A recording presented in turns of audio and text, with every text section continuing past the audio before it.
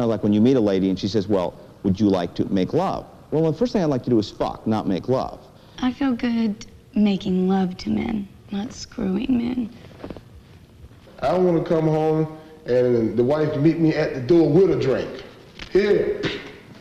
And my suit can be all over the house. When I come in the house, I'm horny as fuck. I'm ready to get busy.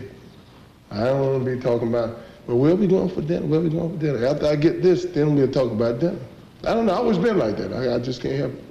Well, I've had sexual fantasies about women because I find women are sensitive and beautiful, and I find that women somehow are more into being emotional than men can be sometimes.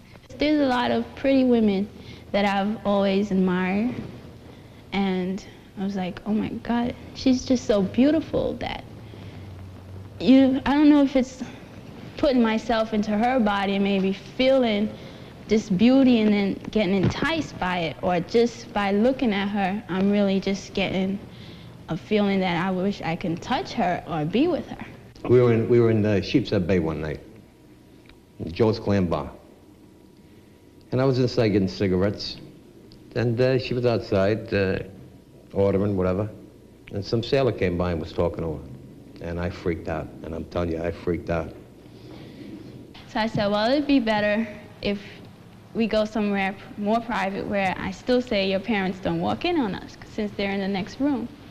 So he said in the basement. So we went into his basement, and they had an old mattress down there too. And he laid it down, and we got down.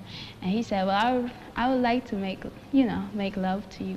And I said, okay, sure, I'll do this for you. I went outside and I just started wailing on him. But I mean, I gave him a beating. I mean, I overdid it, you know. I wasn't in my right head. I mean, it was a bad, bad time in my life. That's why I'm telling you about it. And I'm not ashamed of it. I am ashamed of it, but this helps me. When I was done giving him that beating, I threw him over the rail into the water, into the bay, and he hit the boat. There was a fishing boat there. He hit the boat, and I don't even know till this day what happened to this guy. I just took him and I ran, got in the cab and disappeared. Was your girlfriend with you? Yeah. Yeah. What'd she say? She was hugging me and kissing me. Is that crazy?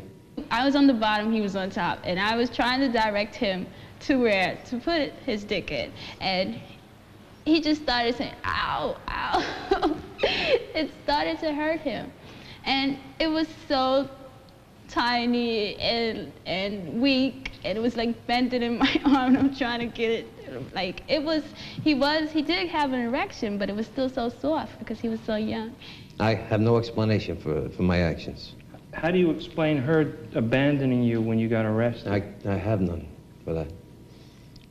And I used to think when I was in prison, how could she have done this to me? I mean, I would have died for her. I would have stood there and you could have put a bullet in my brain. You could have shot me from the toes to my nose. I would have never said peep. He never entered me, but I made him believe he did because it was just so painful for him. And then I was getting a little frustrated with him, and because I was getting turned on, and this guy couldn't help me in any way. So I just said, okay, it's in. And he was like, it's in. The first 6 months in the can, I had a real bad time. I was madly in love with her. And she didn't come to see me. She didn't even stand in the back of the court and wave goodbye to me when I went away. And for the first 6 months in the can, I was, yeah, you didn't want to know me. I was a dangerous, dangerous kid. And then one morning I woke up and then I could breathe again. It was gone. It was all over. The best day of my life is the day I fell out of love with that girl.